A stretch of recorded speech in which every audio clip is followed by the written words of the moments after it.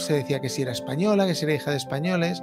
Yo tengo un par de programas muy buenos y me gusta, es una de mis aficiones la genealogía y se me da bien y me puse a buscar ayer. A ver, vamos a ver. ¿Y qué encontré? Chasta. Pues que la madre, Chasca, que la madre, que es de Chicago, es hija de un dominicano y de una criolla cajún de raza mixta africana blanca. O sea, vamos a ver.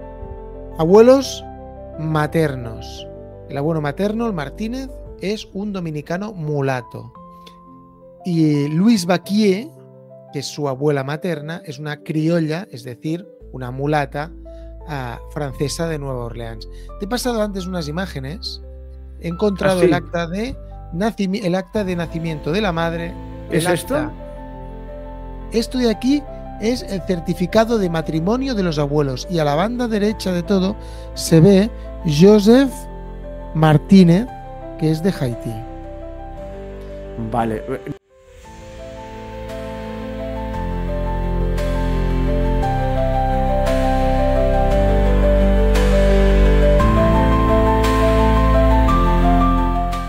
Bienvenidos a Primum Gradus, tu podcast de historia y humanidades en general. Os habla Ricardo Silvestre y bueno, también os hablará Jordi Cerdá. ¿Qué tal, Jordi?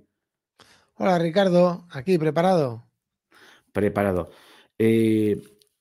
Primum Gradus no es un podcast de actualidad, ni muchísimo menos, pero hoy nos vamos a apuntar al carro de los triunfadores, bueno, o al carro de los bocazas. Antes en el Off the Record, que esta vez no lo voy a publicar porque hemos dicho demasiadas cosas personales, pero bueno, hemos comentado, eso sí lo podemos comentar, que durante una semana hemos vivido el paraíso de los bocachanclas y de los que lo sabían todos sobre sínodos, de los vaticanólogos que no saben ni el catecismo, pero te hablan de cómo hay que reformar la Iglesia, de los conservadores y los progresistas, de las cosas, de algún personaje que hay por ahí que he visto yo en YouTube que dice, mira, vamos a hablar sobre el sínodo, sobre el cónclave, los entresijos, pero no especuléis más. El Papa es Tagle, que está pactado ya porque con no se sabe quién. Bueno, de estos ha habido muchos, ¿no? Y luego ahora que Entonces habíamos pensado, Jordi y yo, está aquí para certificarlos, que hacer un programa antes de la elección. Pero claro, la vida nos ha pillado y se va a llamar ¿Quién será el próximo Papa? Ese será, y pone nosotros NPI, ni puñetera idea. Bueno, la P es otra palabra más castiza, pero que no la puedo repetir aquí. Porque nadie tiene ni idea. Bueno, ahora todo el mundo dice, ya lo había puesto yo el que hay ahora, ¿no? No sabéis de sobra que este no era el number one, ni el number two, ni el number three, en la mayoría de quinielas. Era el que se ponía de relleno para que decir, ya lo habíamos dicho. Punto uno. Y luego, ahora que ha sido elegido, resulta que, ya lo he dicho antes a Jordi, que es el primer milagro, es un papa santo porque ha hecho un milagro nada más llegar. Ha conseguido ser progresista al mismo tiempo que conservador, pro-LGTBI al mismo tiempo que anti-LGTBI. Ha puesto muy contento a Ramoncín a Ramoncín, que es un vaticanólogo de excepción, a la monja alférez a Lucía Caram y a gente muy de derechas. Todo el mundo está contento, está encantando, este papa es el suyo y el que les ha gustado.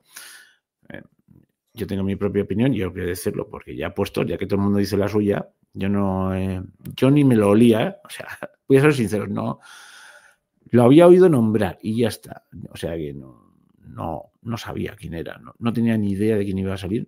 Lo que llevo visto hasta ahora a mí me gusta. Bueno, y después de esta parrafada yo no sé qué tienes que decir tú, Jordi, no sé si te gusta. Bueno, no es cuestión de gusto. Si tienes fe, el Papa es el Papa, aunque no te guste, pero no sé si aparte de eso a ti te ha gustado las declaraciones que ha hecho hasta ahora. Mucho, me ha gustado mucho las declaraciones, sobre todo por un tema que para muchos también es controvertido, es la situación de este Papa, que siendo cardenal, pues no estaba dentro del grupo ni de progresistas, ni de liberales, ni de conservadores. Se consideraba a él mismo no alineado. Alguien puede decir que es un tibio. Yo creo que es una persona coherente y que puede dar mucho juego a la Iglesia. De hecho, necesitamos personas que sean equidistantes y que cojan aquellas cosas que son buenas de todos los sitios, porque hay cosas del Partido de los Progresistas que seguro que son buenas, no sé cuáles, pero alguna habrá. Hay cosas de los cardenales liberales que alguna cosa tendrán buena, estoy seguro, y de los conservadores también. Entonces, es un santo padre que como cardenal no ha querido nunca circunscribirse a una sola doctrina, cosa que lo digo con la mano en el corazón. Cuando él le preguntaban si era de progresista o conservador, él contestaba cristiano. Solo con eso yo ya me doy, no por satisfecho, sino lo siguiente, ya era hora. Me recuerda mucho a cuando salió, las circunstancias son diferentes, Juan Pablo II. Juan Pablo II hubo un enrocamiento entre los liberales barra progresistas y los conservadores. Y escogieron al Papa Juan Pablo II, Karol Wojtyła, que todo el mundo se cree que era conservador y no es cierto. Él no formaba parte de este grupo. Otra cosa es después la vida por donde lo llevó. Pero y no fue un mal papa, fue un papa para su tiempo. Creo que con este también habremos ganado mucho. Yo estoy muy satisfecho. Además, Ricardo lo ha calado en el aspecto de que gusta a todos. Y eso ya es un milagro de por sí. Como tú muy bien has dicho. No he visto a nadie que esté... Bueno, siempre habrá alguno. Yo he visto algunos de los más recalcitrantes de... ¿cómo diría yo? Ya no digo tradicionalistas. De estos ya de pasados de rosca. Es un papa modernista. Seguro que estos lo han dicho, porque esto lo llevan diciendo desde hace 40 años con cualquier papa que salga. Desde hace 70 años con cualquier papa que salga. Ya está. Y a partir de ahí ya todo lo que digan está mal porque lo dicen ellos. Es alucinante, ¿eh? Hay un sector y seguro de extrema izquierda ya al final no cambia nada. Ya está. Lo terrible es cuando te alaban los que no te tienen que alabar. Y con esto no quiero decir ya nada más. Porque a rey muerto hay que vivir la caridad con los fallecidos. Pero cuando te alaban ciertos personajes. Ay. Y bueno, a lo que íbamos. A mí, mira, voy a decir una cosa que me ha gustado mucho. Y es los temas de candente actualidad de que quiere tratar el Papa. No sé lo que será el pontificado. No tengo ni idea. Es que reitero de que no tengo ni idea. Yo solamente juzgo lo que veo. Pero ha habido una cosa que me ha gustado mucho. Y es, bueno, cuando salió al balcón me fijé en dos cosas. Uno, que volvía a los atuendos habituales. Es decir, es que no me acuerdo cómo se llama esa media capa roja y la cruz pectoral de color dorado. Bueno, ya dejamos la política de gestos. De gestos, bueno, no sé, da lo mismo. Pero no, parece que lo anterior fue un paréntesis. ¿Os acordáis que Francisco salió solamente de blanco sin ninguna... Pero bueno, es que, a ver, ¿cómo diría yo? Cuando lo que quiero decir es que la Iglesia es institucional. Y luego lo voy a desarrollar un poquito más. Y por lo tanto, cuando están al frente de una institución, has de ser institucional. Y si no, pasan cosas. Y luego veremos lo que pasa. Y no solo en la Iglesia, sino en otros contextos cuando deja de ser institucional. O sea, puede ser carismático y campechano hasta el extremo cuando estás en una organización de 200 miembros. Pero cuando no te puedes permitir ese lujo, aunque no te guste. Forma parte de la humildad el cargar con eso. Bueno, entonces yo creo que este Papa lo ha entendido muy bien. ¿Y qué iba a decir? Pues ha entendido una cosa del mundo moderno. Y yo dije, mira, ha vuelto a una tradición, ha dado un pasito atrás, ha vuelto a la tradición. Si, fijaos, ves las fotos de cuando sale al balcón Juan Pablo II, bueno, Juan Pablo I, Juan Pablo II, Benedicto XVI, van vestidos igual que él, los mismos gestos, exactamente lo mismo, la misma cruz, no sé si es la misma, pero semejante. O sea, en eso ha vuelto a la tradición. Y dos, en una declaración ha dicho, ¿cuál le preocupa? Porque claro, dijo, ¿cuál es el nombre escogido? León XIV. León XIV. Entonces yo dije, ostras, esto es una declaración de intenciones. Todos los nombres son declaraciones de intenciones, ¿eh? No es cabalística. Es más, él luego la ha explicado. Yo dije, ¿qué otro León? ¿Quién era León XIII? El que escribió una famosa encíclica que se llamaba Rerum Novarum, de las cosas nuevas. ¿Qué eran las cosas nuevas? Pues la doctrina social de la Iglesia. Porque había venido la revolución industrial y había ha dejado a mucha gente en la orilla. A muchos obreros en la miseria, empezaba la cuestión social en la Iglesia, un poquito tarde, pero llegó bien. Y empezó a decir, oye, que tú lo sabes bien, que eres sindicalista, Jordi. Bueno, los trabajadores tienen derecho. Y las gambas también. Bueno, ¿tú eres un comer gambas? No, yo Vale. no tengo ningún privilegio, al contrario, me saco de mis horas personales y de mis días de fiestas lo que tengo que hacer. Bueno, bueno, luego hago una partida y explicar. Si quieres explicas esto del come gambas y del sindicato, porque bueno, te entrevistas con gente muy peculiar, pero es de un sindicato pequeñito. Bueno, iba a decir, bueno, todo el tema está en la cuestión social, ¿no? Fue un papa en su momento que lo vio y ha visto que hoy en día eso ya está superado, pero que hay una nueva revolución, no sé si industrial o económica, que es la revolución tecnológica, la inteligencia artificial, el transhumanismo. He dicho, ahí en eso la Iglesia, en esta nueva revolución industrial, tiene que estar. Y me ha parecido muy acertado, muy estar en donde realmente se plantean las cuestiones morales. Y eso me ha gustado. Ya veremos cómo se desarrolla. Y sobre todo hay que tener en cuenta una cosa, es que para mí es toda una incógnita. Hay algunos que han lanzado las campanas al vuelo, ya os digo, alguno ha dicho, oh, bienvenido Francisco II, que va a ser continuista. Hombre, no va a tirar todo por la borda lo que ha hecho el anterior. Y algunas cosas pues tenían sentido, ¿no? Otras cosas como las haya realizado, pero las intenciones de algunas cosas, no me tuerzas el moro, que te veo venir, estaban bien encaradas y otras no tanto. Pero, ¿qué iba a decir yo ahora? Ah, sí. Pues eso, hay que esperar a los nombramientos, porque el Papa, y aquí, antes me he metido con los que veían todo de tejas abajo, todos son un juego de politiqueo, que es una forma muy de tejas abajo. Y entonces la Iglesia, como la veas solo de tejas abajo, te queda las situaciones de perplejidad, no entiendes nada. Lo siento, yo entiendo que todo el que me escucha ha de tener fe y no lo puedo entender.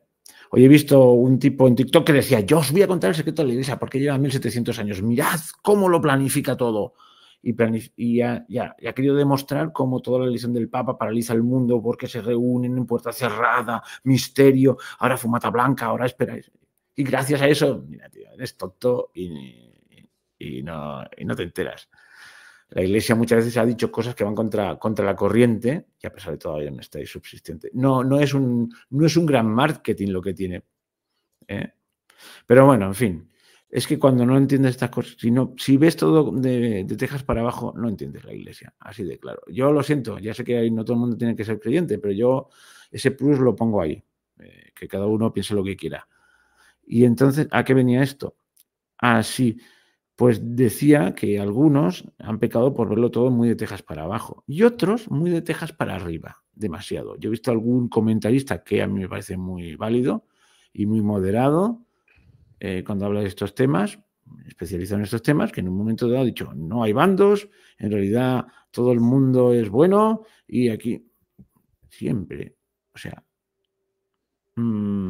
señores, el Espíritu Santo no es que ponga una llamita encima de uno de los elegibles y diga, a este votadle a este. No funciona así esto del Espíritu Santo. O sea, ¿vale? No lo he podido comprobar, pero había una cita del cardenal Ratzinger en una entrevista que le hacen y dice, bueno, lo esperable es, dice, yo creo que, bueno, resumiendo, que efectivamente el Espíritu Santo asiste a los cardenales, pero otra cosa es que se dejen llevar por el Espíritu Santo y no por otras tonterías. Y dice, yo creo que a lo largo de la historia ha habido algunos papas que no están muy de acuerdo con el gusto del Espíritu Santo, lo dijo. Tenía una especie de humor socarrón, aunque no lo parezca, Benedicto XVI. Lo cual no quiere decir, si tienes fe, que el Espíritu Santo no asiste a ese papa o a la iglesia, no lo deja de asistir. Y al final, bueno, pues evita males mayores y omnia in volum, todo es para bien, sea quien sea. Y no me estoy refiriendo al anterior porque no quiero referirme al anterior solamente. Pues podemos ver a los papas Borgia del siglo XV. Fueron unos golfos, pero no cometieron ninguna herejía, no cayeron en herejía. Estas cosas sí que las hicieron muy mal, ¿eh? Y bueno, pues eso tampoco podemos caer en ese irenismo de que no hay facciones, de que, bueno, ya, de que no se han colado ningún mal bicho. Pues sí, hay malos bichos en todas partes. Pero al final tiene que haber algo para que dure 2000 años y no haya cambiado la doctrina. Porque a pesar de que rozando el larguero nunca ha cambiado la doctrina en lo principal. En las formas sí. A veces la Iglesia ha dado mal ejemplo, pero nunca ha cambiado la doctrina. Y eso, bueno, no lo voy a demostrar ahora, pero podría dedicar un programa entero a demostrarlo. Y me pega una parrafada tremenda, ¿verdad? Bueno, ¿qué más cosas querías tú decir? Bueno, yo quería hablar de los orígenes del Papa, la verdad. Muy bueno, hombre. Sí, esto es muy interesante porque lo que me has dicho antes, en fin, los bocachanclas la están cagando, ¿no?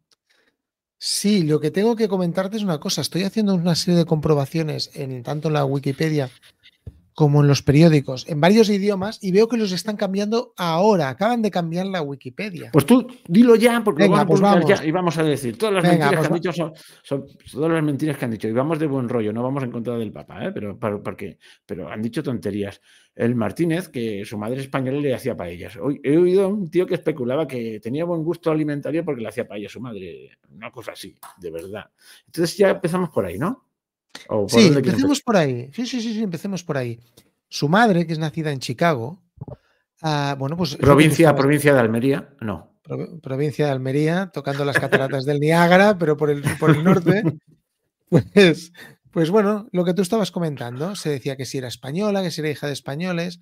Yo tengo un par de programas muy buenos y me gusta, es una de mis aficiones la genealogía y se me da bien y me puse a buscar ayer.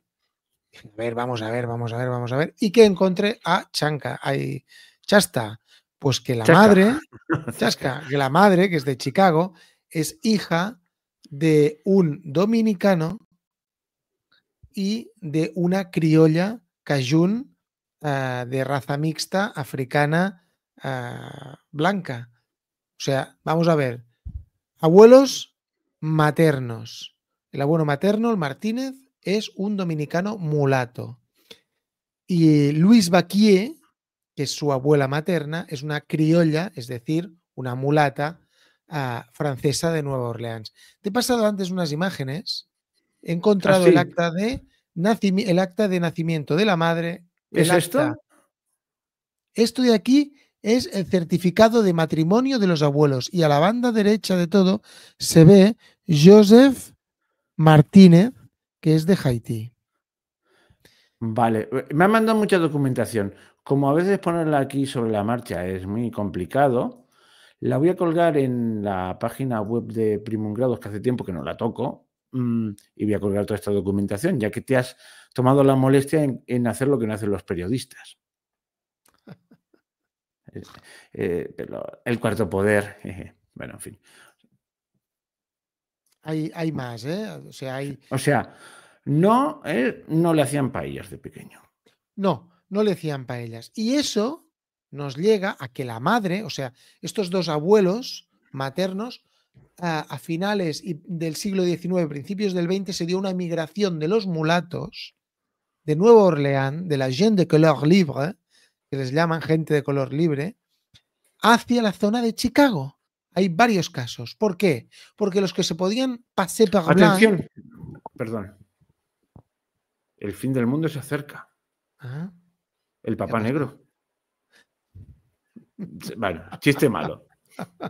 Susto me has dado. Me lo quería de verdad. Digo, a ver qué ha pasado. O sea, no Pero es que ahora me has dicho lo del Papa Negro, que todo el mundo, ¿te acuerdas que estaba todo el mundo así? Cuando se elige el Papa Negro, una cosa que le habían sacado de la manga. Bueno, perdona, chiste malo, lo siento, continúa. Bueno, pues los abuelos en esa época emigraron a Chicago como tantos criollos, mulatos y mestizos. Bueno, mulato no cuenta como negro. No. Pero bueno, esa gente que podía hacerse pasar por blanca en una época en la que la segregación era muy importante y era una gran desventaja ser considerado negro. Entonces, fueron a Chicago, donde nació la madre del cardenal, que te he pasado el extracto del acta de nacimiento, donde ya la registran como blanca. También te he mandado la imagen de la fotografía de la madre. Ah, sí, a ver si la encuentro así. Tú ves hablando que ya lo busco. Ah, mira, aquí la tengo. Ahora la Eso pondré. significaría, pues, que al menos que nosotros sepamos de la época moderna, yo no sé en la antigüedad, pero sería el primer papa de orígenes africanos, claramente africanos. ¿Y por qué? Porque aparte tengo también el acta de empadronamiento de la familia donde pone M de mulato, de la familia materna. En Nueva Orleans se les consideraba mulatos o blacks o negros. Vale, Esto por el lado de la familia materna, que yo creo que están empezando ahora a cambiar las páginas web y lo están empezando a decir. Por la parte del padre, su padre, Prevost, era hijo de un franco-italiano de la zona de Turín, tocando ya los Alpes, y por lo o sea, tanto macarrones sí que le podían haber hecho. no creo que le dieron macarrones, porque es de la zona donde ya se empieza, si no a hablar francés, a tener una gran Vale. influencia francesa del norte de Italia, lo que es la Galia Cisalpina, el Piemonte. Y la abuela paterna, si no recuerdo mal, era francesa. Esta foto que he puesto es de su madre, ¿no? Esta es la madre. Sí, señor. Bueno, me has traído más documentos interesantes, que los has conseguido con tu afición a esto, a la heráldica y a los apellidos. Más bien, ¿cómo se llama? ¿Heráldica o cómo es? Bueno, yo le llamo genealogía. Su Genealogía. madre se llama Mildred Agnes Martínez, y si tuviera segundo apellido, Baquie. Esta es la que es mulata, hija de de José Martínez, el dominicano, y de Luis Baquie, la mulata cajún francesa de Nueva Orleans. Tiene mucha sangre francesa. Y entonces el padre, que es Luis Marius Prevost, es hijo de Jean Prevost, es decir, un italiano de la zona que toca Francia, evidentemente tanto por el nombre como por los apellidos, y de Suzanne Marie Fontaine, que era francesa del Havre, de la zona del norte, ya tocando el Canal de la Mancha. Es decir, que tiene 3/4 partes de francés y una cuarta parte de, bueno, una mezcla entre dominicano y negro. Muy bien, o sea, estamos desmontando un bulo gigantesco que ha circulado por todo el mundo. Incluso yo he dicho, comentando, mira, fíjate, tiene algo de español. Bueno, o sea, Pero yo Ricardo, mea culpa. Lo he Ricardo, comentado por ahí. si me permites una cosa que yo creo que vale la pena comentar, si los abuelos ya se inscribieron a ellos y sobre todo la hija, a la madre del Papa, como blancos, es porque sufrieron los problemas de la segregación en los estados del sur. Es decir, esto habrá quedado en la impronta familiar y él lo sabrá. Por lo tanto, va a tener una sensibilidad especial con aquellas personas que han sido marginadas por su color de piel, cosa que no es mala. No, Estoy claro. seguro que eso él lo lleva aquí. Sí, sí. Oye, esto fantástico. Ahora tú dices que ya lo están rectificando. Desde aquí unos días nadie lo dijo. Lo de la paella, no. No, bueno, lo de la paella ya es lo más grotesco porque es un tipo que se puso a elucubrar. Pero lo de que es español, tiene un poquito de sangre, gatito de sangre española. Entonces, oye, todo el mundo se lo ha apuntado, de verdad. Es que es asombroso. Mires, los de muy derecha se lo han apuntado, los de muy izquierda también. Bueno, ya te digo, siempre hay gente excéntrica que no lo admite nunca, ¿no? Pero bueno, es curiosísimo. Bueno, tenemos un papa multirracial. Sí, bueno, eso está bien. Bueno, ni bien ni mal es lo que es, punto, ya está. Es que el racismo es lo más idiota que hay en este mundo, ¿no? Así es. Y además, él ha pasado una gran parte de su vida en Latinoamérica. Sí, Por lo tanto, concretamente en Perú. Bueno, ya las palabras que pronunció en español tenía cero acento prácticamente. Bueno, tenía un deje que me recordaba. No tenía un deje de anuncio de Carolina Herrera, ¿sabes? Bueno, si ya tiene un abuelo dominicano y encima ha vivido 40 años o 30 años en Perú, es ya medio hispano. Esta es una de las razones por las cuales en el bloqueo que hubo para escoger a Parolín o al otro, que no me acuerdo cómo se llama, claro, los obispos, los cardenales americanos vieron a este cardenal como una salida factible. Los del norte, que Bueno, son yo conservadores, aquí y los del ya sur. te estás apuntando al partido de los que no se sabe lo que pasó en el conclave. No, que estaba bloqueado, sí, porque lo han contado. Los Ujú. cardenales americanos lo han dicho, que estaba bloqueado y que ellos vieron una salida, porque claro, era un papa equidistante, era un cardenal equidistante, no alineado, que podía gustar tanto por los gestos a los de América del Norte, a los norteamericanos, como los cardenales latinoamericanos. Claro, eso ya es mucho, tener una gran parte del cónclave detrás. Estamos hablando de todas las Américas. Bueno, sí, sí. La mayor parte de católicos ahora mismo están ahí. Bueno, se han dicho verdaderas animaladas. El otro día vi, y si me permites, en televisión española, que decían que el 20% de la población de los Estados Unidos era católica y que la cifraban en 30 millones. A ver, son malandrines. Hay 350 millones de habitantes o 340 en los Estados Unidos. ¿Cómo van a ser 30 millones un 20%? Pero si solo con los mexicanos que hay son 40 millones de personas, la mayoría de ellos católicos, más los inmigrantes irlandeses, los italianos, los franceses.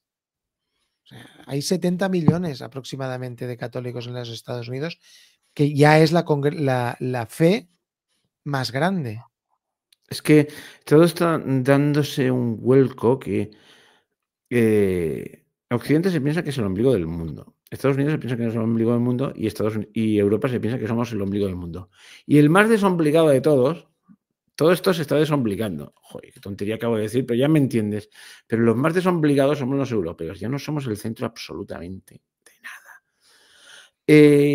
En todos los sentidos. El inglés es el idioma más hablado porque está en Estados Unidos. Punto, pelota. Ya no la Gran Bretaña sigue teniendo su influencia, pero diplomática. El español, el sitio donde más se habla español es México. Y el segundo, si no me equivoco, es Estados Unidos. España ya no está. Y el tercero, si no me equivoco, es Colombia. Me puedo equivocar. No sé si puede ser segundo No te Colombia. equivocas, no te equivocas. O sea que ya somos un residuo idiomático también aquí en España. O sea, había uno que era muy catalanista y para meterse con nosotros decía, habláis mexicano. Bueno, es que es una tontería. Lo hacía sabiendo que estaba cachondeándose, ¿eh? Y era una broma que aceptábamos todo, pero es verdad. Ahora mismo es la lengua de... No es la lengua más hablada en muchos sitios antes que España, ya no. Ya. Y no sé si Argentina tiene más habitantes que España. Mira, me has leído la mente, porque estaba pensando, yo cuento como hispanohablante, yo no soy hispanohablante. Y no lo digo con falta de respeto a nadie. Es mi segundo idioma, pero no, yo no soy nativo. Yo rezo, pienso, amo en catalán, que es la lengua con lo que mis padres me acunaban y me cantaban y me enseñaron a rezar. Entonces, como yo, hay muchos. Y también hay valencianos, mallorquines, hay gente que habla bable, hay gente que habla gallego, hay gente que habla euskera. O sea, realmente, posiblemente es Argentina la nación. La cuarta, hemos dicho, la tercera. No, México, bueno, Estados Unidos, Colombia la está por cuarta. encima, Colombia está por encima de Argentina, tiene más habitantes. Bueno, Bueno, pues seremos los si me equivoco en estos datos, no pienso ir a consultarlo a la Wikipedia. Creo que el asunto está claro ahí. Si me equivoco en algún dato, pues me lo podéis decir en los comentarios. Esto es la típica cosa que no viene de 1 millón arriba, 1 millón abajo y que sí, pero México está claro que es el más. Mira, México, 133 millones. Colombia la segunda, 52. España la tercera con 48 millones 797. Y la cuarta Argentina. Pero cuidado, con 46 millones y medio. Cuidado, en España están contando en estos 48 millones, 8 millones de personas que son aproximadamente entre 8 y 10 de origen inmigrante. Muchos de ellos hablan español como segundo o tercer idioma, pero hablan árabe mayoritariamente, marroquí, la darnilla, hablan rumano, hablan ucraniano, hablamos catalán, o sea, no hay 48 millones de hablantes del español. Hablantes nativos. No, nativos seguro que no. Por Eso eso que te digo. seguro. Hablantes como lengua materna. Sí, no, que esto es igual que el inglés. El inglés está por detrás del español en cuanto a hablantes, digo, en cuanto a hablantes como lengua materna. Pero es un idioma, sin embargo, más hablado. A nivel de intercambio. No sé si a nivel total, pero a nivel de intercambio es la lengua franca del mundo. O sea, cada idioma tiene sus peculiaridades. Luego hay países en Hispanoamérica, a mí me gusta el término Latinoamérica, pero yo lo acepto. Iberoamérica. Ricardo, 62 millones de hispanohablantes en los Estados Unidos. 62. Casi un 19% de la población del país. Una animalada. O sea, Bueno, pues eso. es la segunda nación del mundo con más Bueno, hispanohablantes. es que he perdido el hilo. Ah, sí. Luego hay cosas curiosas. Por ejemplo, Paraguay es un país absolutamente bilingüe. Hablan No, no es español y... curioso, no es curioso, ¿eh? Permíteme, es que no puedo No, bueno, resistirlo porque curioso.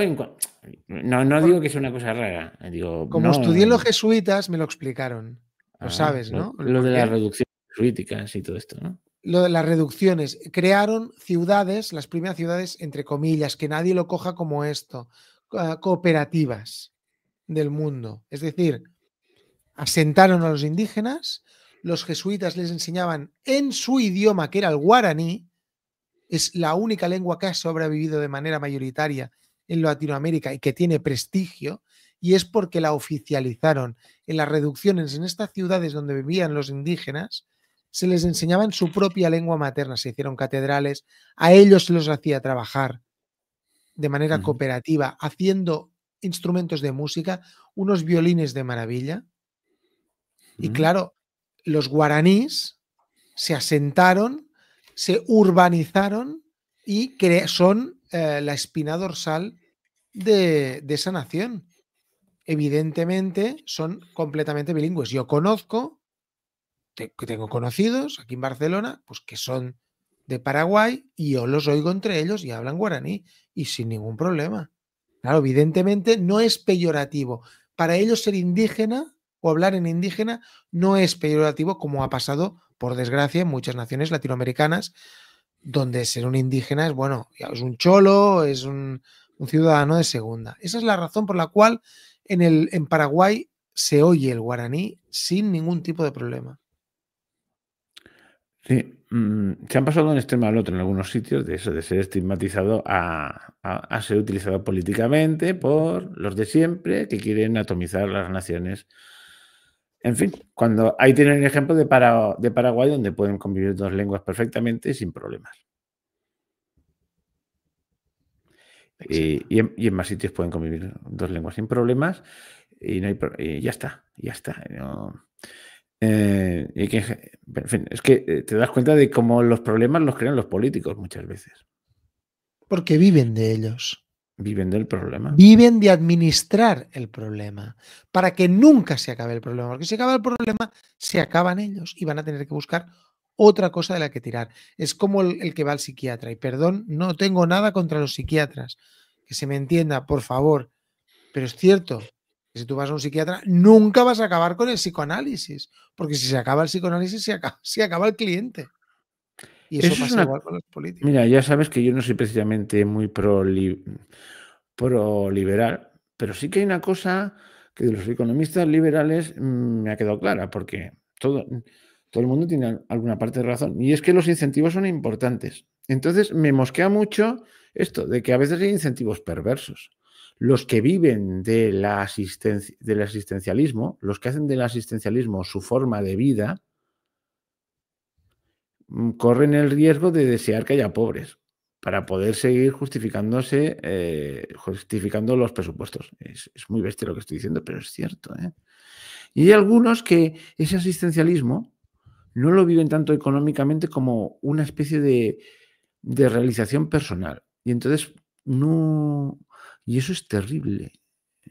Ya no es la compensación económica, es la compensación de que da sentido a mi vida de que haya pobres para poder asistirlo, de manera que cuando estoy en un sitio y los pobres empiezan a dejar de ser pobres, los sigo tratando como pobres porque si no mi vida Eso es muy retorcido, pero yo he visto ejemplos claros, ¿no? Si tú te pones en una zona a promocionar esa zona, el barrio tal, yo qué sé, que en los años 60 era un barrio marginal y hay gente que hizo una gran acción social. Pasó el tiempo y en ese barrio marginal ya no son la gente que estaba en los años 60, pero siguen con la mentalidad y añoran los tiempos en que allí había pobreza. Yo lo he visto, ¿eh? Pero no por un tema económico, sino por un tema de, Jorge, tenías que estar contento. Han superado esa situación y tú a lo mejor contribuiste en algo. No, es que ya no es lo mismo, ya no necesitan de mí. Hay gente, es lo que llamo yo el sex appeal del piojo. No sé, es una cosa un poco bestia, pero hay gente que le mola. O sea, si tú montas un colegio, le montaría que fuese una barraca para que se fuese pobre. Si montas te lo digo, si montas un dispensario, por favor, que sea en una barraca, un dispensario yo me sé en una barriada de las afueras de Barcelona, donde se montó un dispensario médico para la gente que había ahí prácticamente viviendo en barracas. Y los médicos iban gratuitamente. Y alguien les dijo, cobrar algo. Porque si no, y pues si no pensarán, aquí estos tíos no nos cobran nada. Es que es todo un mundo, ¿no? Y la gente decía, el trato con la gente pobre, hay gente que es un tema delicado, porque es muy bestia lo que estoy diciendo, ¿no? Y a veces hay gente que se encariña con los pobres, pero de una manera un tanto morbosa. He dicho una cosa muy fuerte, soy consciente de ello, pero que les sabe mal el progreso, que les molaría que siempre hubiesen barracas y siguiesen alumbrándose con velas, para poder justificar, tener un sentido, para que su vida tuviese sentido. Y me he encontrado con varios casos de esos. Y sí, con la misma retórica cuando el tipo que está a tu lado y que pretende salvar de la miseria tiene un iPhone 14 en la mano. ¿Te puedo arrastrar un momento hacia el Papa? Sí, vamos a hablar de esos temas, pero no sé cómo me acabo No, que hay dos cosas que quería decir porque si no se me van a olvidar y no tengo bolígrafo aquí y me voy a olvidar. Aquí ya estábamos improvisando, nos hemos salido del tema. Dos datos de interés. Uno, es el primer anglohablante desde Adriano IV, es decir, hace 1000 años, casi un milenio. Es el primer papa norteamericano. El primero norteamericano, pero... Estadounidense. Sí, absolutamente. ¿Sabes lo que? Voy a decir una frivolidad. ¿Sabes lo que hice cuando me enteré que el papa era norteamericano? Esto es una frivolidad. Esta es la parte inconfesable. Me fui al Twitter al X de Donald Trump. A ver si había puesto alguna animada. Vale. Pero no vi ninguna. Ahí quería llegar. Bueno, no vi dos ninguna. datos de interés y voy a enlazarlo un momento con lo que tú estás diciendo. Dos datos de interés. Primer, anglohablante después de Adriano IV, que era inglés. Y dos, él es el primer papa que habla una lengua nativa latinoamericana. Es hablante del quechua. ¿También habla quechua? Habla quechua. Este es otro dato que no lo he oído nunca. No, eso no lo vas a oír en ningún sitio. Al menos hasta ahora. Y tres, y lo voy a enlazar con lo que tú has dicho y gracias por el recordatorio que has hecho de Twitter. ¿Quién no me acordaba? ¿Alguien puede echar memoria y pensar que colgó Donald Trump en su Twitter con una imagen generada por inteligencia artificial que era el mismo presidente Donald Trump vestido de papa? ¿Qué pasa? ¿Sabía que iba a haber un papa americano? ¿Lo sabía de antemano? Bueno, yo creo que no. Pues eso a mí me da toda la perspectiva y la imagen, ¿eh? Vale, pues... Los papas no se eligen en los cónclaves. Los papas se eligen desde hoy hasta que muera este. Y es una cosa que es lógica, pero de lógica aplastante. No es una conspiración, no hay aquí No, vale, ovnis. ya veo por dónde vas, pero yo creo que con seguridad no se puede saber. Con seguridad seguro que no, pero bueno, aprovechemos de hablar de esto, recordemos que la casa Augsburgo Sí. tenía la facultad de tenía vetar, derecho de veto. derecho de veto de un papa y también derecho de proponer uno. Es decir, no puede ser que la nación más importante del planeta Tierra tenga capacidad, sino para imponer, sí para proponer un papa. Me parece de una lógica aplastante y no lo veo ningún tipo de conspiración. Para mí, una conspiración es creerse que hay unas personas que en 24 horas, que no se conocían según ellos de nada, han llegado al acuerdo para escoger a un monarca electivo, Perdona, jefe. a mí no me cuesta pensar que algunos no se conocen de nada porque algunos están nombrados hace poco y cada uno, o sea, no Pero creo. ellos se ven en las conferencias episcopales de Europa, en la de los países, en la de América del Norte, ellos se ven. Y si más no, saben quiénes son los otros. O habrán hablado por teléfono. Estamos hablando de 150 personas, no de 1 millar. Bueno, no sé. Yo a mí soy menos, no digo que no tenga lógica, ¿eh?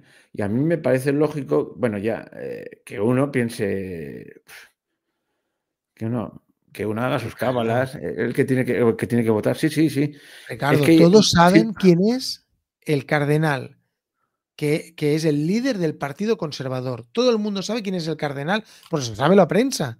Si sí. lo sabe la prensa, no lo van a saber ellos. ¿Quién es el líder, el cardenal líder del sector reformista, del progresista, del liberal, del moderado? ¿Cómo no lo van a saber si lo sabemos por los periódicos y por la prensa? Pues claro que lo saben. Y esos son los 3, 4, 5 jefes. Entonces, al no ponerse de acuerdo, pues han cogido un no alineado. Pero curiosamente, Donald Trump se hizo la foto como papa, un papa americano. Y va, Iñaca, después de 2000 años, un papa americano. Sí, bueno, casualidades, yo veo causalidades. Pero no es el que le gustaba el de Nueva York, según dijo. A él le gustaba el de Nueva York, pero era imposible que fuera ese. Y por lo que veo, los cardenales norteamericanos, que son bastante conservadores, no tuvieron ningún reparo con este. Ninguno. Ujú. A saber qué compromisos han llegado. Sí, bueno, sí. Bueno, es que tal como estábamos ahora, perdona, es que tengo que tener los papeles.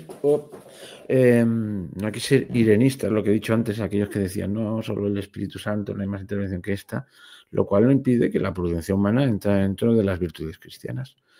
O sea, una vez más, Cortés no quita lo valiente y pensar que nuestro Señor dijo, sed cándidos como palomas y prudentes como serpientes. Y a veces yo estoy por, bueno, al obispo que tenemos aquí no creo que me haga mucho caso, pero y además lo que voy a decir es una burrada. Me propongo para explicar herpetología. Herpetología es la ciencia que estudia los lagartos y las serpientes a los seminaristas, porque a veces dice, algunos son muy cándidos. Bueno, ¿no te da esa sensación? No tendrías mucho trabajo por hacer, porque aquí en Barcelona creo que tenemos 30 seminaristas para una diócesis de 5 millones de habitantes. Bueno, O sea, pero, también que este pero cardenal, el obispo cardenal lo vaya pensando. no, bueno, evidentemente me voy a proponer, yo no puedo dar clases de nada en un seminario, pero me lo he hecho en broma. Pero es verdad que a veces no podemos ir con el libro en la mano. Ejemplo claro, y es lógico y no es nada. eh, el ministro, ¿cómo se llama? Es que no me acuerdo del nombre, ni del nombre del cargo ni del nombre del que lo sustenta, pero da lo mismo. El que llegó a un acuerdo con el gobierno chino para todo el tema de la iglesia patriótica, que los chinos estaban muy. Parolín Parolín. fue el secretario de Estado, fue Que Pietro por cierto, Parolín. que sé de buena tinta que no quedaron muy conformes los pobres chinos que estaban ahí, bueno, en fin. De Bueno, y hecho, el vino un. cardenal chino, con 95 años que fue empresonat, como se dice, Encarcelado. que fue encarcelado con 95 años y le plantó cara al Papa y al secretario de Estado. Dijo, ¿pero esto qué es? ¿Cómo que habéis creado la Iglesia Católica Patriótica del Partido Comunista Chino? Pero ¿os habéis vuelto loco? Pues lo encerraron en prisión. Bueno, pues 95 años. el pacto ese no sé, no. Y aparte de que el resultado no nos pueda gustar, pero el pacto es secreto. Hombre, secreto, pues se sabe perfectamente No, que no, los obispos los pero no, nombra el no. Partido Comunista Chino. Vale, pero en teoría las cláusulas no están claras o no se sabe el alcance, pero bueno. Bueno, en fin, es un tema que que está ahí en el aire y yo sé de buena tinta que a los obispos que se han dejado la vida siendo fieles, pues claro, lógicamente. Y ahora que lo dices, me viene a la memoria que en este cónclave, por primera vez en la historia, ya que ha habido este pacto y los cardenales son miembros del Politburó de la dictadura china, los cardenales chinos, pues será la primera vez en la historia que habremos tenido agentes del servicio secreto chino en un cónclave. Bueno, ha venido ese cardenal que lo dejó ir el gobierno. Ese cardenal viejecito. Ah, solo fue ese, el cardenal viejecito. Sí, y además ya con 95 años podía contar cosas, pero no podía votar. No lo sabía eso. Sí, vino Pues un un héroe. cardenal sí. Bueno, son cosas, bueno, y a veces hay que hacer malabares, ¿no? Y hacer malabares significa, pues, solucionar una situación engorrosa, como los pactos del Laterano con Mussolini. Y a veces, para salvar los muebles, pues tienes que tragarte algún sapo para que no liquiden a todos tus obispos y no vayan a por los fieles. Véase los equilibrios que tuvo que hacer en el 30 y pico y en los años 40 con la Alemania de nazi. En ningún momento. Es más, la primera encíclica que salió, Mit brennender Sorge, curiosamente, las encíclicas se conocen por las primeras palabras. Normalmente están en latín, en este caso eran en alemán, Mit brennender Sorge, y que claramente era un palo al gobierno nacional socialista. Luego tuvo que, bueno, no desdecirse, pero no continuar por ahí porque las consecuencias podían ser que te maten a los obispos y que persigan a los fieles católicos, que estaba en la agenda de nazi. Pero dijo, vamos para... Evidentemente había elementos nazis que estaban dispuestos a hacerlo ya, pero Hitler, entre los locos, era el menos loco, o eso parecía. O en este tema no era tan loco como...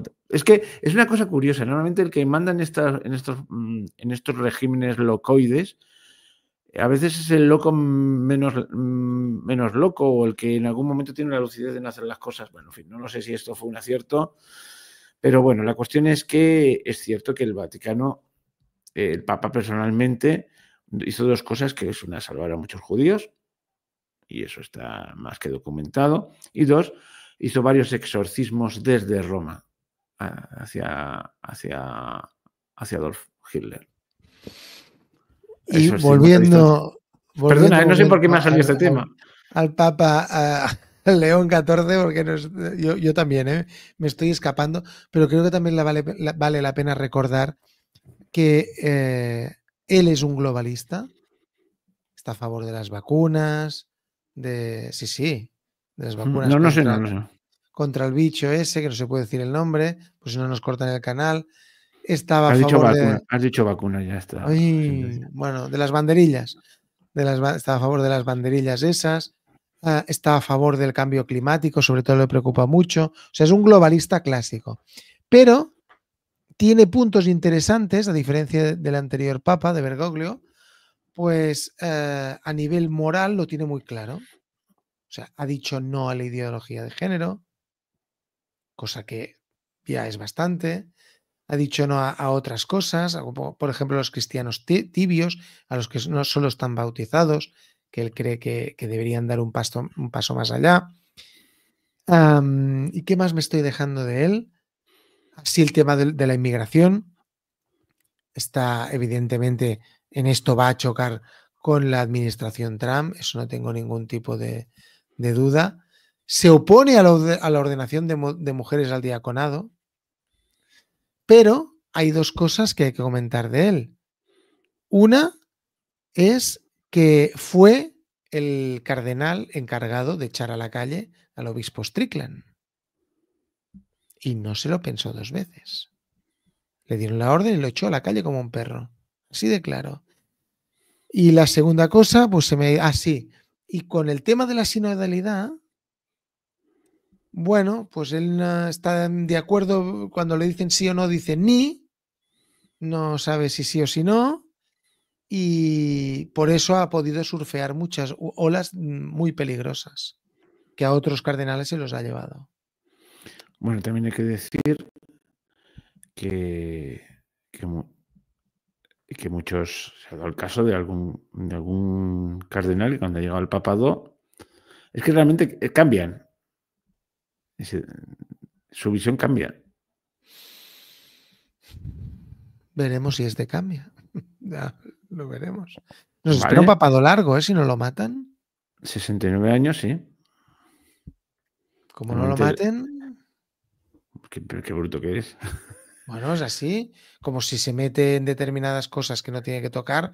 Juan Pablo I lo contamos. No hay que tener miedo de decirlo. Nadie sabe. Puede ser que muriera de un golpe de calor o que no se encontrara bien el hombre y se lo encontraran frito, pero y que Dios lo guarde. Pero... Yo solo sé que Juan Pablo II, cuando vio el desastre de informativo aquel, hizo muchos cambios muy serios en la comunicación del Vaticano. Sí, vale, pero que el Papa Juan Pablo I recibió a Nikita, el obispo Nikita de Leningrado, de San Petersburgo. Sí, lo de les las copas trajeron cambiado. 2 cafés y Nikita cogió la del Papa, se la bebió y cayó al suelo, ¿no? con un fulminado. Bueno, pues eso no es mentira. Y que murió a los 33 días y que en la mesa tenía los papeles de la penetración de la masonería en el Vaticano, así como también los papeles que le dejaron de la banca, ¿cómo se llama? La banca ambrosiana, del cual unos días después encontraron muerto al banquero de Dios. Claro, es que todo eso murió muy oportunamente. Sí, eso es un tema que todavía está por solucionar. Digo, el de las finanzas. Bueno. Sí, no, bueno, no, yo creo que no es el tema más importante de la Iglesia, te lo digo sinceramente. Es decir, sí, es que a veces, es muy bestia lo que voy a decir, pero a veces más vale ser pobres y no tener medios. Yo siempre digo que en la Iglesia española tiene 2 cruces, una en la que salva, que es la cruz de Cristo, y otra en la que esclaviza, que está en la declaración de renta. Y ya está.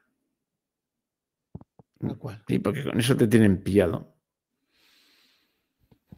Bueno, veremos este Papa qué cambios hace y si va poco a poco o corre mucho. Yo no creo que haga ninguno. Y otra cosa, yo siempre digo 2 cosas. Cuando hablo de los que mandan, no a cualquier nivel, es muy fácil decirlo aquí. Estoy en mi mesa sentado y yo veo las cosas, pero cuando te encuentras con la realidad, te das cuenta que hay cosas que no las puedes hacer porque el mal sería mayor. Eso hay que tenerlo en cuenta. Y no estoy hablando solamente a todos los niveles. Yo sí, por ejemplo, te voy a poner un ejemplo muy claro y cambiando de tema, pero tiene mucho que ver. Yo puedo pensar que tanto la ONU como la Unión Europea son dos monstruosidades. Pero posiblemente, si yo, es que claro, no me veo, es que es un absurdo, ¿no? Porque ni me lo planteo, ¿no? Yo llego a presidente del gobierno por una carambola, se alinean las 20.000 galaxias y los 800.000 planetas y yo, pues posiblemente, no digo al día siguiente de ser elegido presidente del gobierno, nos vamos de la Unión Europea.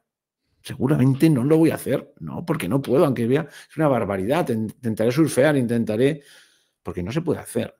Y a veces a los papas y a los gobernantes les exigimos cosas que nosotros las vemos muy claras y a la vez tan claras como yo, pero no tenemos todos los datos. Y estoy hablando ya de pura política, ¿eh? No... Y estás hablando de Benedicto XVI.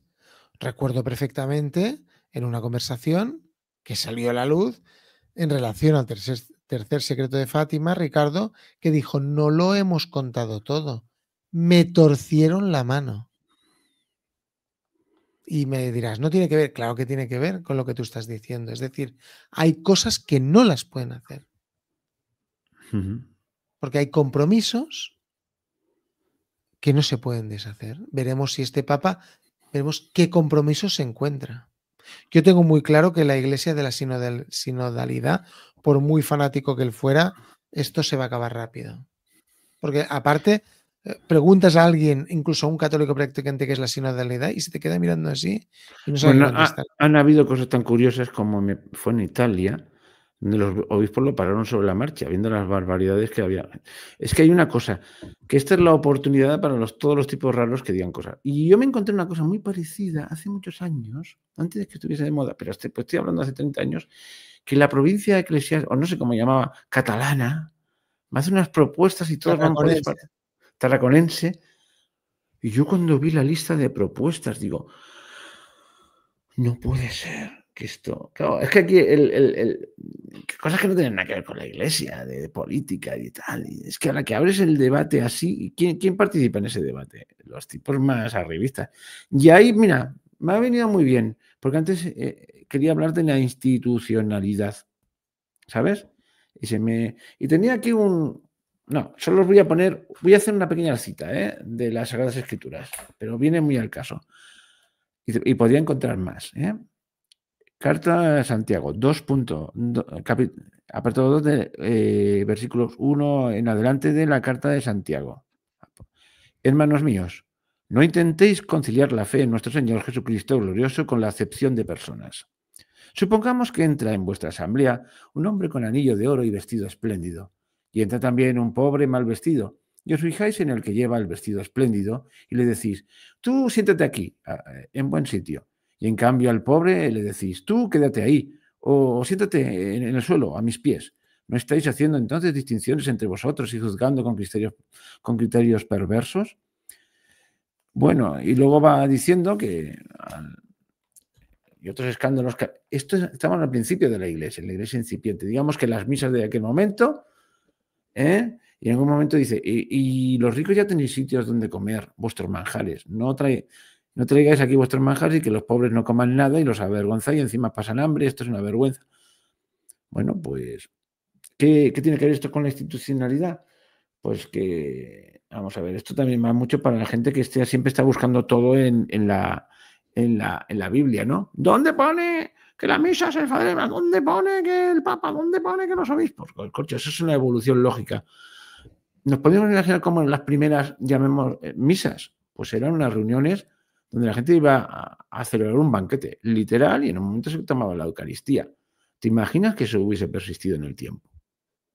El caos que sería. Las cosas con el tiempo se institucionalizan y para eso se surgió la liturgia ya desde el principio. Y ya vemos cómo hay estos abusos que se dan en las reuniones litúrgicas, de excepción de personas, y se van corrigiendo sobre la marcha. Y se van reglamentando y sin perder lo esencial. Y las cosas se institucionalizan, se hace una liturgia en donde no se pierde lo esencial. Lo esencial del banquete eucarístico está ahí. Las oraciones del principio, que eran un poco anárquicas, se han establecido. Y ahí los primeros cánones. Y entonces la iglesia, cuando ya no es una cosa clandestina, donde se reúnen pequeñas familias y es algo para todo el mundo, es lógico que esté, por así decirlo, muy institucionalizada. Y cuando estás arriba del todo, tienes que seguir las directrices institucionales, porque si no generas el caos. Y voy a poner un ejemplo muy tonto. De una rectificación es de sabios. En este caso, el Papa Francisco tenía uno de sus constantes obsesiones era, pues, eliminar las distancias y hacerlo todo mucho más llano. Y no se le ocurrió otra cosa que ir con coches utilitarios. Fuera el Papa móvil. Y yo me acuerdo que en Brasil aquello estuvo al borde de la catástrofe.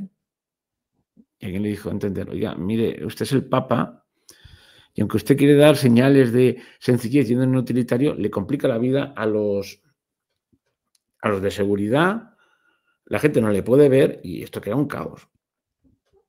Y claro, cuando uno está en ciertos puestos, pues tiene que vivir institucionalmente, aunque no le guste. Entonces la humildad es aceptar eso que a uno... Yo me imagino que a ningún papa le gustaba ir en la silla gestatoria. O sea, lo que quiero decir es que nada es inamovible. ¿Y qué era la silla gestatoria? ¿Sabes lo que era, no? Lo de que los llevaban así. Sí, iban unos señores, va paseando por la plaza de San Pedro con una especie de andas que lo llevaban unos señores y el papa encima en un trono iba saludando.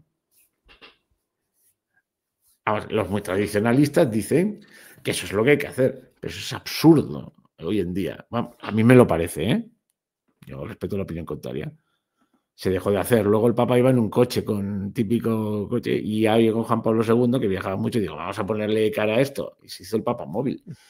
Pero es que a veces, y con esto que quiero decir, Francisco quiso... Porque hay cosas que ya se vio que después de la silla gestatoria lo que no podía ir en un coche como van los presidentes.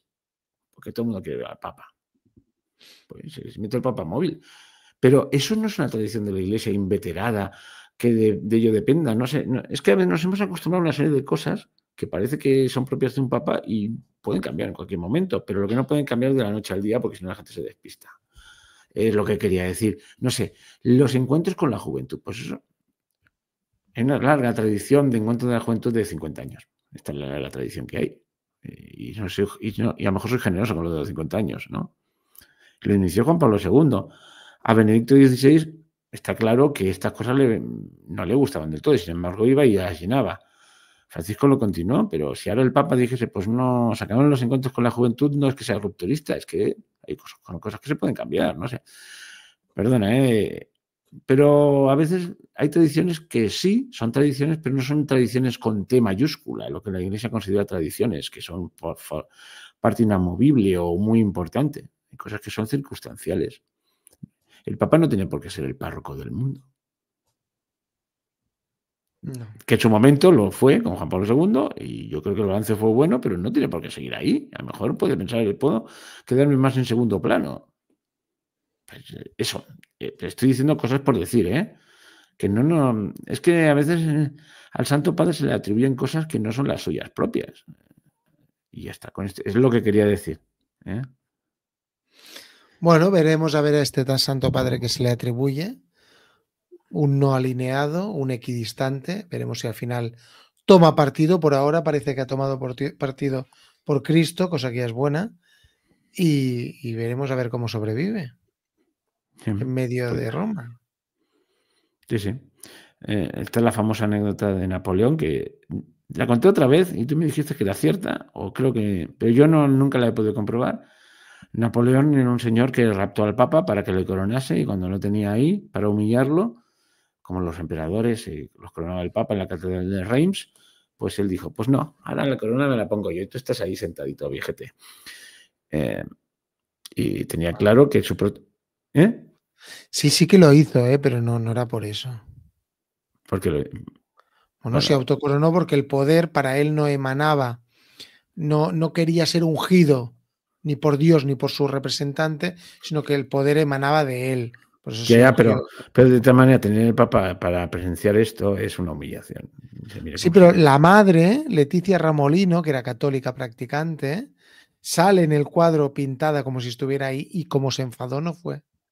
O sea, también hay cosas curiosas dentro de estas vivencias.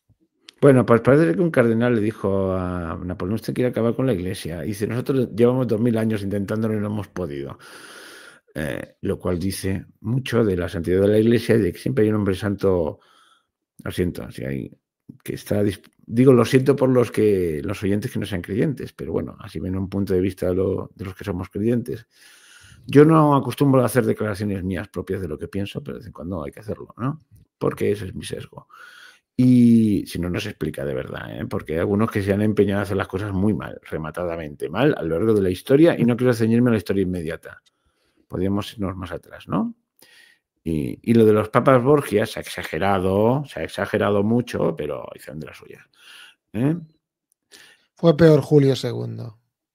Bueno, te voy a decir Julio II, bueno. Y ya está, con esto lo que quería decir. Sin embargo, ninguno se salió del tiesto de la fe, aunque hicieron barbaridades.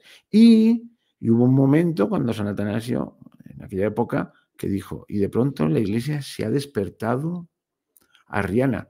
Y el Papa era arriano, ¿no? El Papa no era arriano, pero decía ni sí, ni no. Oficialmente no dijo que sí. Se puede dar el caso de un Papa hereje mientras no lo proclame. Bueno, pero quedó un obispo que dijo no. Y el Papa nunca dijo lo contrario, o sea, nunca rompió la fe, pero era un momento muy tenso. San Atanasio y se apoyó en el pueblo. Hay una anécdota que cuenta, se lo he oído contar al doctor Bárcena, que es un divulgador, no es un profesor universitario, pero tiene muchos vídeos en YouTube, que cuando Juan Pablo II mandó a Marianne Glendon a la conferencia de población de Pekín, se vio por dónde iban los tiros y la mandó precisamente para que alguien, para una voz disidente, y le dijo lo siguiente. La fuente que tengo es esta, En caso de duda, consulte al pueblo o confíe en el pueblo. El pueblo fiel, realmente fiel, instintivamente es una de las fuentes de la tradición, lo firmemente creído por la gente fiel. A veces el pueblo sencillo mantiene más la fe que muchas veces los obispos. Ya, los caminos del Señor son tortuosos. Antes has estado hablando del derecho de veto de los emperadores de Austria. Pues en su momento pudo ser providencial. En su momento pudo ser providencial que los reyes católicos reformasen. Eso sí que fue una reforma, la Iglesia en España, que no la dejó perfecta, seguían habiendo cosillas, seguían nombrándose obispos, pero la reformó bastante. Y ahí está el cardenal Cisneros, que yo no entiendo estas cosas, yo no me he leído la vida, la geografía del cardenal Cisneros ni de Isabel. Yo no sé hasta qué punto son dignos de ser ratificados. Yo sé que la de Cisneros a mí me parecen con menos impedimentos, a priori, ¿no? La de Cisneros, yo sé que está iniciada, no sé si es venerable, pero bueno, pero Cisneros fue un hombre ejemplar. Cuando llegó, le nombró ministro o lo que fuere, o valido, o lo que no me acuerdo el nombre, dijo, oye, yo es que yo soy un monje. Bueno, vale, yo acepto, pero iré descalzo y viviré en una celda. Y lo cumplió. Bueno, se entendieron muy bien, tanto Cisneros como la reina. Se entendieron muy bien. Fernando el Católico ya es más difícil. Bueno, no digo, yo, santos, en estricto senso es que está en el cielo. No voy a decir que esté ni en el purgatorio, ni en el infierno, ni en el cielo, pero me parece que su vida no siempre fue tan ejemplar. Quiero decir, es más difícil, lo cual no puedo decir que no es que no se haya salvado, por favor. No me lo veo como un santo. Es decir, mezclar a Fernando el Católico con el Padre Pío me parece, por ejemplo, en el santoral casi herético. Pues bueno, yo quería decir, es que decir que bueno, si San Dimas el buen ladrón, última hora haciéndose de ladrón, y creo que Fernando VII era un buen católico, seguramente, Fernando VII, Fernando el Católico era un buen católico y seguramente recibió los santos sacramentos, con lo cual, pero ya me entendéis, la reina Isabel, me parece que tiene algunos puntos conflictivos, ¿no? Pero yo lo veo más claro, así a priori, aunque Isabel me caiga muy bien, lo del cardenal Cisneros, ¿no? Pero bueno, sin conocer mucho el tema, sin haberme especializado en él, pero su obra de reforma de la Iglesia tuvo sus frutos. Esa fue una auténtica reforma. Lo que vino con Lutero no fue una reforma, fue una rebelión y un cisma. Sí, un cisma, no fue un cisma. Fue una herejía directamente. Un cisma es lo de los... pues, lo que fue al principio lo de Enrique VIII, luego acabó también en herejía. En fin, ¿cómo me estoy enrollando? Pero no sé por qué, estaba hablando de Papa y acaba hablando del cardenal Cisneros. Hombre, muy interesante. Si no me equivoco, estuvo en Montserrat también, ¿no? Por No eso lo sé. hay, sí, por eso hay incluso un restaurante, ya sé que es poco, que se llama Cardenal Cisneros. Sí, es verdad. Y Carlos I, V de Alemania, fue en peregrinación a Montserrat. Lo digo porque yo sé que tú eres muy monserratino. Yo, no. Sí, ¿no? ¿No? Bueno, pues has estudiado muchas cosas. Lo He normal. ido a Montserrat y sé muchas historias de Montserrat, pero no soy un fan de Montserrat. Vale, pues no lo sé, perdona, pues te había interpretado mal. Pero bueno, siempre es interesante saber esto, ¿no? Que el emperador fue a Montserrat. Yo creo que hay un camino que se llama el Camino del Emperador. Estoy hablando de memoria. No te preocupes, que si eso tiene razón, habrá algún intrépido oyente que lo pondrá en los comentarios y me dirá, eres tonto y no te has enterado de nada. Bueno, y San Ignacio, pero bueno, ya San Ignacio se viene a otro costal. Bueno, oye, cuando quieras acabamos, porque ya no... Sí, acabemos, sí. Yo creo que ya hemos dado que el Papa es descendiente de mulatos, que no es descendiente de españoles y que sabe hablar quechua. Son 3 titulares. Yo creo que son bastante fuertes y potentes. Sobre todo cuando demuestra lo maravilloso que es nuestra prensa, que todos han repetido como loritos cosas rarísimas, ¿no? Bueno, y ahora se están inventando antepasados canarios. Porque claro, los canarios fueron a Haití, no lo saben. Si eran canarios o eran de Venezuela o qué. Pero bueno. Dejémoslo porque eso, yo no sé llamarlo boina, nacionalismo rancio o chauvinismo estúpido. O sea, a mí estas cosas siempre me han... No sé. En fin, ya está. Pues nada, rezar por el Papa, los que seamos creyentes y poco más. Y hasta la próxima. Y os recuerdo que el nuevo... Bueno, entonces despídete también, hombre. Y adiós. Hasta la próxima. Y iba a decir que os recuerdo que el nuevo medio de comunicación con el podcast, el nuevo mail es primumgradus@proton.me. primumgradus@proton.me. Y estoy deseando encontrar algún mensaje ahí. Y si he metido la pata en algo, después de haberme reído de todos los que dicen tonterías, pues me lo decís. Y yo humildemente, después de comprobar que tenéis razón, lo publicaré. Y si no existe el camino del emperador yendo a Montserrat, pues también estoy dispuesto a rectificarlo porque esta es una improvisación de última hora. Y con esto y un bizcocho, hasta mañana a las 8.